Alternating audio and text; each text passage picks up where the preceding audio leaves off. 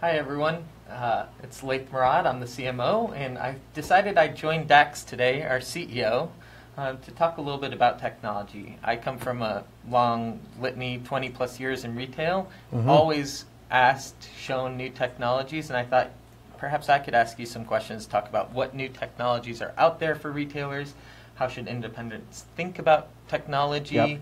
We're always thrown with so many different technologies. Sometimes it's complex and confusing, and thought you could just simplify it. But first, I know you've been passionate about technology since you were very little. Yeah. Want to share a little bit of your backstory? Yes, I've always been a little bit of a geek. You know, since I got my first Mac, well, actually, since my father used to bring home a Mac when I was 8 or 9 years old, and it was a pretty magical piece of technology. And why it was special to me and why I became very obsessive as a teen was, you know, it really combined the liberal arts with technology, a very humanized form of technology, and that's really been my approach to software and technology is making technology simple and humanizing it. And that's, I think, an approach that makes technology more fun, more approachable, ultimately more human. That's great. So can you just share some advice of how, so a retailer starts, they're looking to open a store or they have a store and they're expanding. How do you even frame technology? What should I do? Like, how would you even start? Well, I think, you know, as a store owner, as a restaurant owner, everything you're crafting, the whole experience is all to do with what you're trying to create for the customer. Yeah. You know, so really, when you're talking about technology, you're going to find the right technological fit for what you're trying to deliver in your premises, whether in store and online. But you need to start with a platform that's going to be able to help you craft those experiences over time. So that means you need to be capturing, you know, the purchase history of your customers so that you can know what you're going to be wanting to order in the future for them. You're going to want to capture their information so that you can create a relationship. You can create communication outside of your store with them. So that comes back to making a technology choice around a platform. You know, that's one of the key things.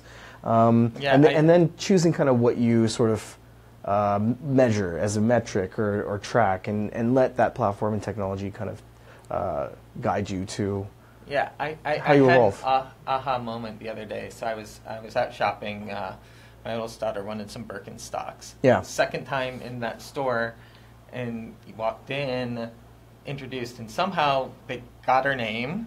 I don't think we were paying attention, just by introduction, and they came back and said, oh, well, so your size is 38, and this is what you bought last time, and I went, wow, and sometimes the simplest are the most aha moments, and she's like, oh my gosh, I love this store. Instantly, it changed her reaction. Right. So I think your point about knowing your customer is critical. Well, I think the world is becoming so transactional, and the more things are personalized for you and the more you're getting a unique experience that's tailored to you, I think the more loyal you're going to be to that experience, the more loyal the more interested, the more you're going to talk about it too. Exactly. You know, and word of mouth is really important. And so if you can create something that feels very organic by leveraging technology in the right way, I think that's the goal. That's great. Yeah. So a lot of times now, people use this phrase, oh, it's stored in the cloud. Right. I know anybody who's following stocks knows Amazon stock has grown because of this thing called AWS, or Amazon Web Services. I hear, you know, iCloud on my phone, Google Docs. Can you explain that to me? Yeah, it's funny because as I was preparing for this speaker series, I was kind of reading about all of the technologies that I followed, you know, in the 90s, 2000s, and a lot of them kind of predicted cloud. Yeah. You know, there was network computers. There was all sorts of different concepts that people were, you know, in different stages of the internet, and where people stored files, and you know, the cloud is really the culmination of a lot of this thinking about where people would end up storing their personal data and where data for all sorts of different systems were going to live, and cloud really cloud really opens the door to look at your information in new ways and from different, from wherever you want.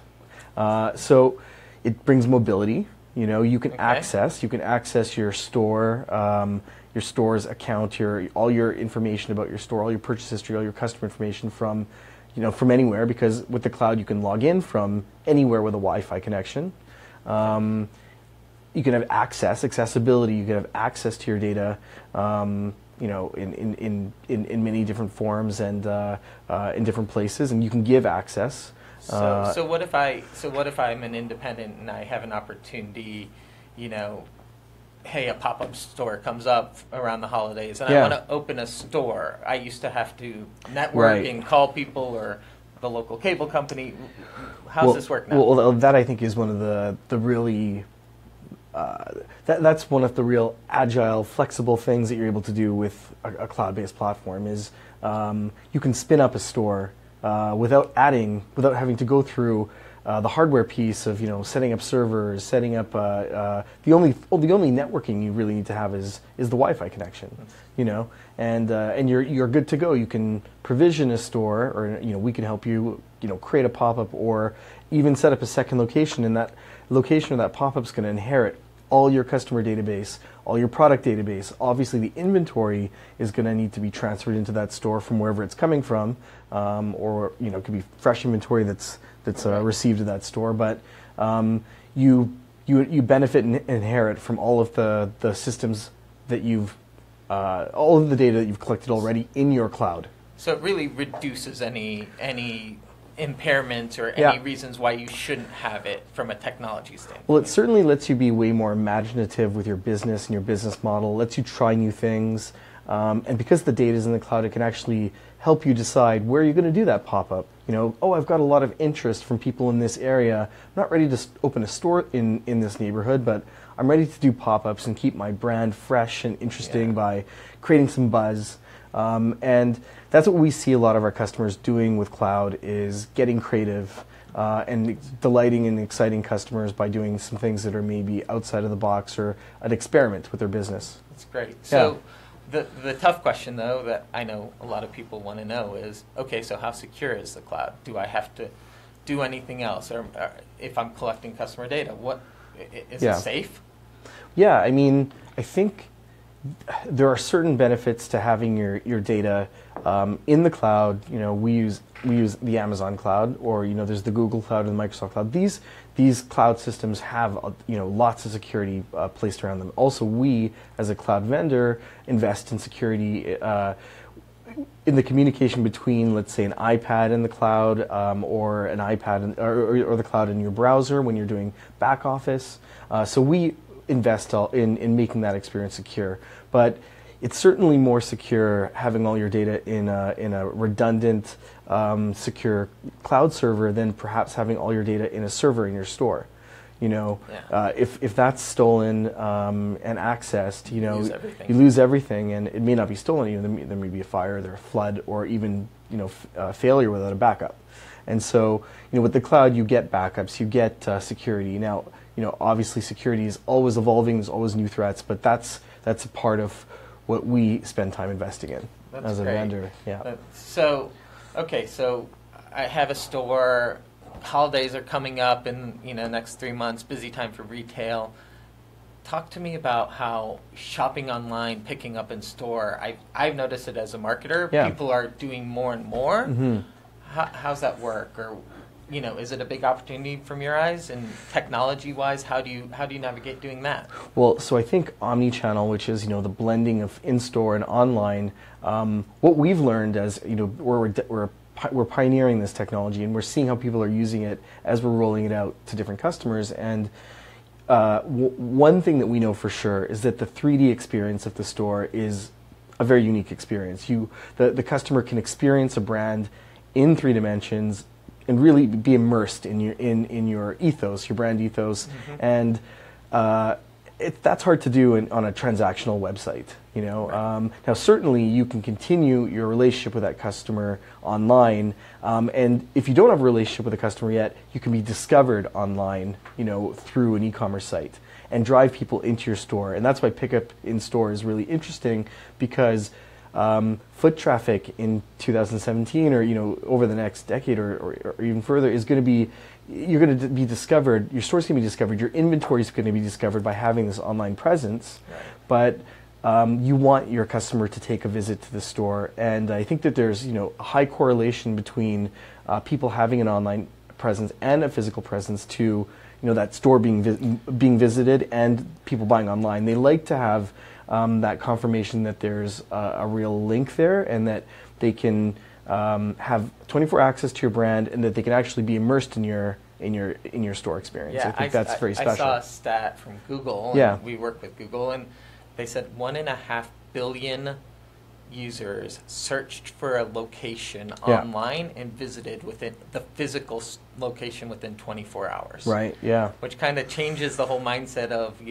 location and, make sure you're aware, but also when they get there, make sure you have the technology to understand who they are and what they want. Well, you definitely may be missing out on potential sales in your neighborhood if you're not discoverable online, even though many people might walk by your store or be physically near it. There's one great story our president JP always shares about an electric bike he was in the market for. There was a store literally around the corner from his house, and when he did Google searches, he found a store that was a little bit further, but he didn't find the store that was right next door because it wasn't discoverable. So the foot traffic of today is driven by being discoverable, and that's true for inventory-based retail. It's also true for restaurants that are discoverable on Yelp and also online menus and so on, and delivery.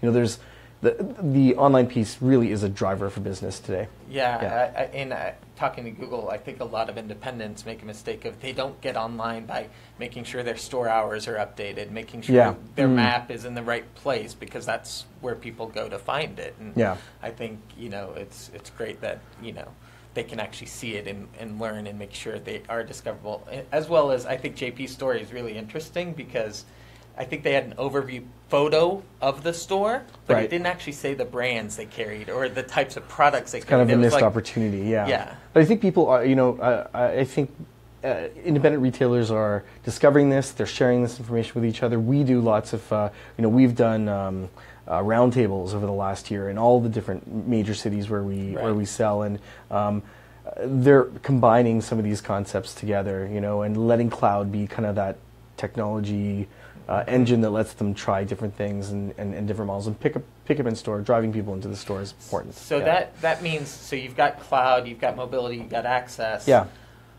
Apple does a phenomenal job of this idea of you can check out right when you walk from the store anywhere. So there's a lot of talk about, hey, let's get rid of the traditional queues, the lines, the waiting, and get away from traditional checkout and really move into mobile checkout. Mm-hmm. Any thoughts on how that works, or what does it take to do a mobile checkout? Yeah, so if you have the right platform, you can do mobile checkout with an iPad or mobile device. That's something we offer with Lightspeed.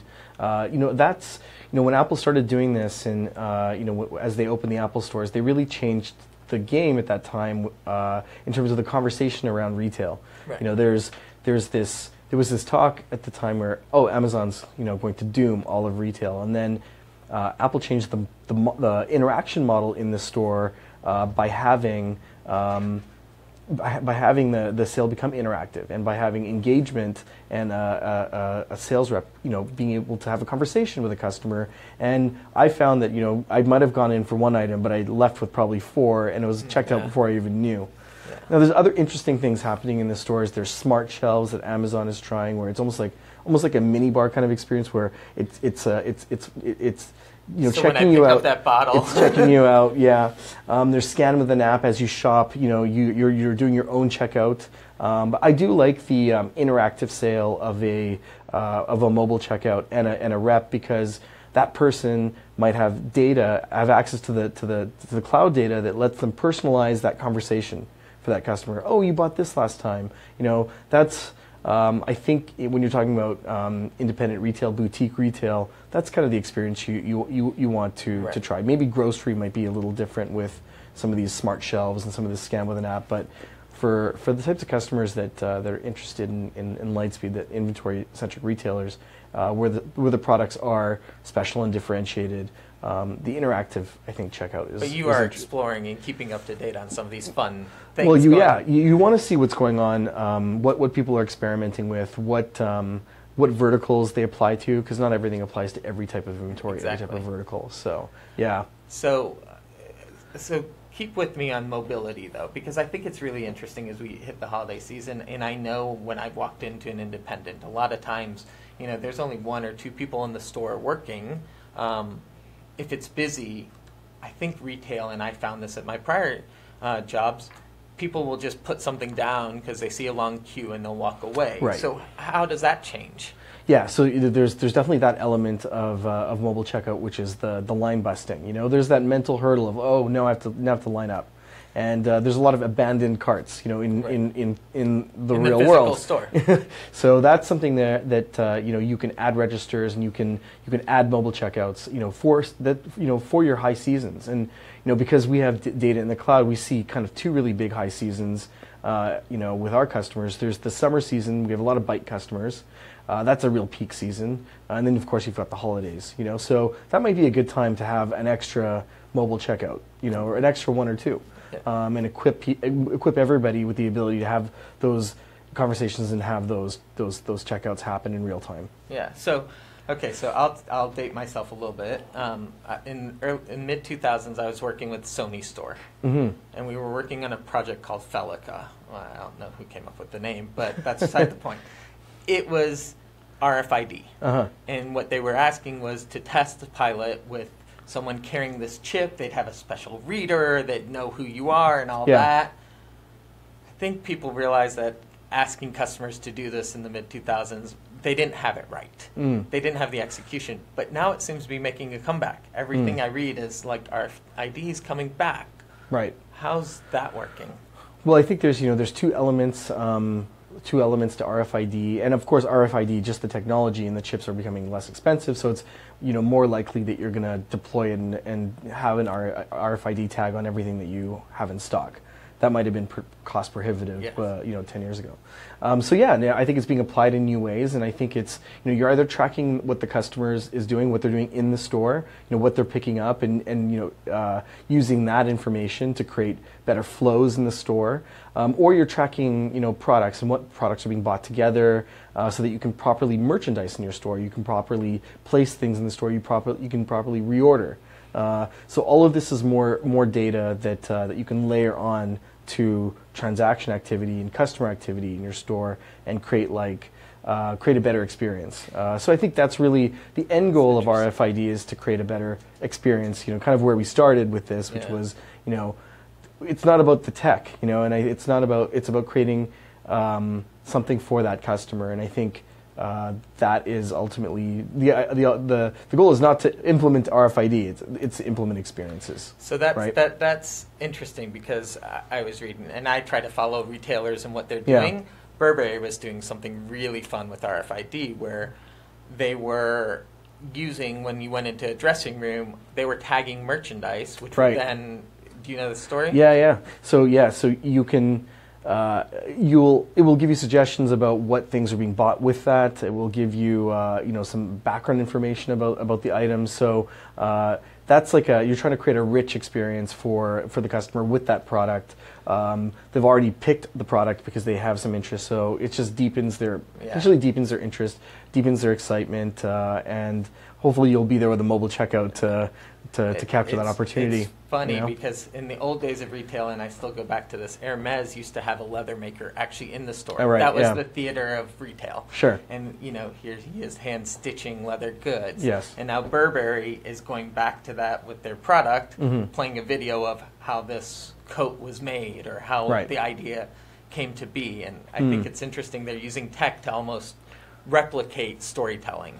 Yeah, so at scale. That is really interesting, because how are you going to do that? Unless your sales rep is going to be, they can tell a little bit of the story or background of maybe a few products that they have. Right. But this is maybe an experience where, you know, customers can come in and spend some time in the store, spend some time, you know, getting to know some of the merchandise. So you know? Speaking of interactive mirrors, because I think Yeah. Neiman Marcus is doing also interactive doing mirrors, something as well. And that's, you know, you might be trying on an outfit and they might show you in the interactive mirror another option, you know, or information about what you're trying. So it's, you know, these are all ways that you want to keep the customer in the store longer, engaged, excited, and get that word of mouth going because of, you know, experience they hadn't seen. They're going to tell, you know, their fellow shopper. You know. That's great. So okay, so we talk a lot about technologies within the store that deal with selling. Yeah. But the store still has so much of a brand and an identity. When you walk in, is there any other technology I need to think about when I walk into the store? Well, you know, obviously with trying to create that 3D ambiance and experience, you know, music I think is another, you know, pretty. As a big fan of music. Yeah, as a big music fan, it's you know, you're going to want to subscribe to something commercial free, make the investment in a Spotify or Pandora where you can you know, choose music that's aligned with your brand and that's aspirational for your brand and for your customers. You don't want to start choosing music that is your personal taste. You know, that's something that that you know, you want it to be a memorable, cohesive experience with what your store is. So if I have technology, there's Bluetooth, there's wireless. Is there any how do I know which one to go with, or is there something I need to know? Well, I mean, the balance is, you know, your whatever device you're using to stream your music. If you're going to be using Bluetooth, you've got to have proximity. That's more to do with distance. With Wi-Fi, you're using a part of your total bandwidth. You know, to stream your music, and so if you're doing stuff, you know, if you're cloud-based, you know, there's probably more than enough internet bandwidth to do both. But just keep in mind that with Wi-Fi, you're taking from your total internet bandwidth to play your music. And if you're doing lots of other things, let's say you're doing interactive mirrors, or you're doing something that's taking up a lot of space, or you're streaming video in the store, who knows? You know, that's something to consider. Bluetooth is another option where it's not taking up the Wi-Fi, but you've got to have proximity from your device, your music source. So anything else as we move into the holiday season, independence from a technology or programs or solutions they really should be thinking about? Yeah, I think you know, one theme for us recently has been analytics and big data. Big data. I mean, it really comes back to having all this data in the cloud and capturing all this information as you go along. You know, you're obviously recording transactions because of the system, but you're also capturing information about where the customer is, what their history is, and so analytics can really give you an insight. You can take that data and start presenting you with information and insights that you can act on. It can tell you when, you know, something has been sitting on the shelf for 60 or 90 days, dusty inventory. It can tell you that it's time for you to put a discount on that, or, you know, move it to another part of the store. You know, I got a story about that. Yeah. So I was working for Perch, which is a small 9-store.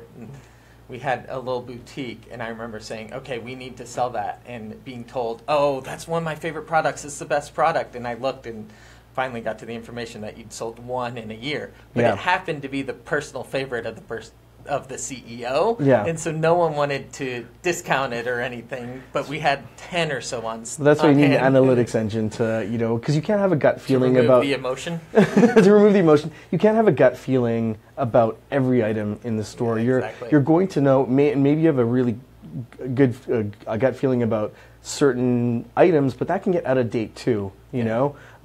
Styles change, preferences change, tastes change. So you want to keep data driven, and I think that's the key of analytics is e-commerce merchants. You know, most products, the vast majority of products are sold in store still, but in-store retail hasn't adopted the way of looking at data, being data driven as much as e-com merchants have, because, you know, e-com merchants, it's all data driven. You get the top of the funnel, your visitors to your site, and you track conversions, and you look at things in a very methodical way. You know, you've got the tools to look at that funnel, you know, that sales funnel, and so, you know, brick and mortar retail, and omnichannel retail, which combines the online. When you have an analytics tool, you can look at all your business in the same data-driven way. Right. And that's, I think, that's a real step forward for independent retail to be able to look at their business in a modern, e-commerce-esque, data-driven fashion. So you can see a customer who's shopping online and in store under one and see umbrella. And see a combined view of of what's selling and who's buying. Yeah, that's great. Well, I appreciate your time.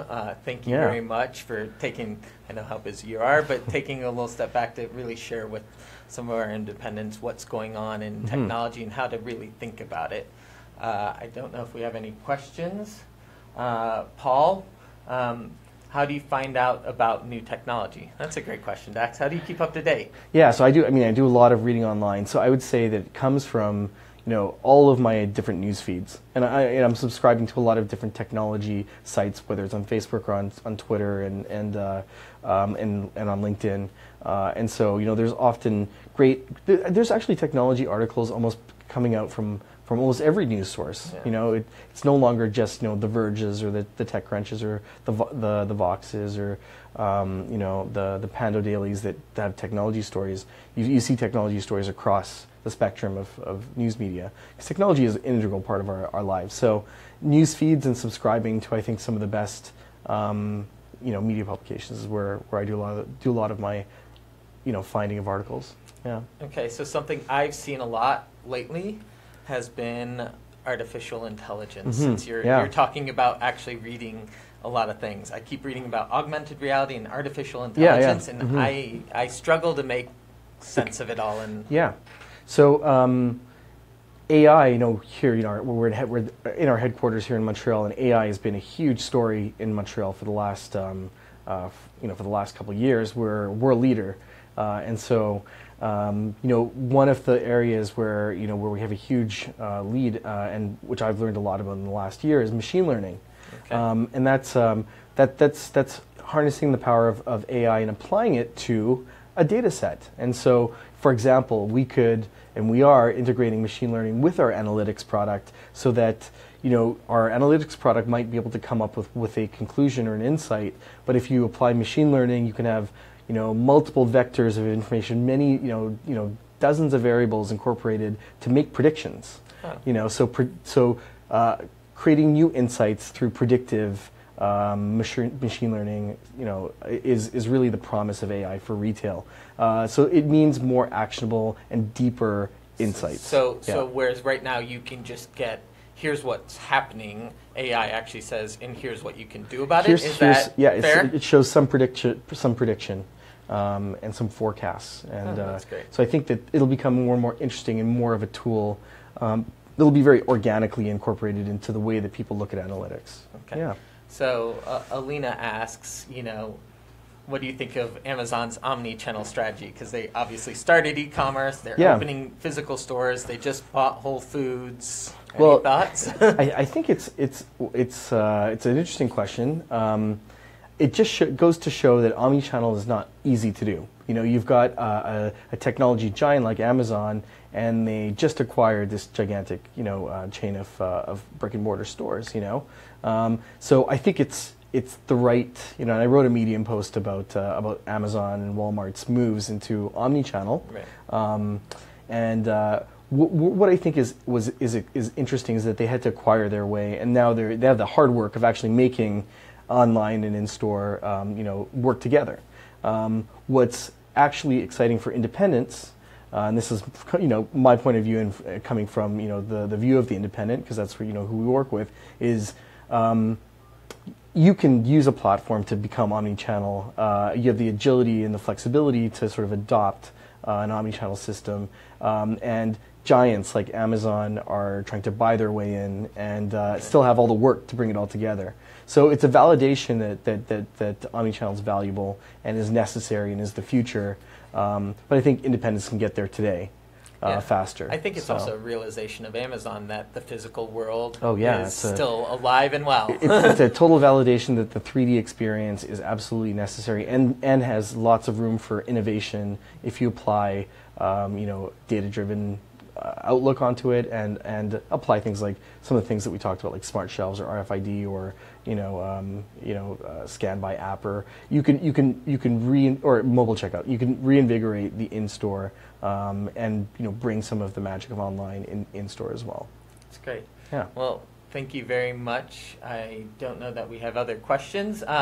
Next week, I will just talk about JP. You mentioned him. We'll be talking about how growing your business. He will be doing it on Wednesday, August 23rd, so a different day than Tuesday. But again, thank you very much. Thanks, I really Laith. appreciate it. Thanks. Thanks for tuning in.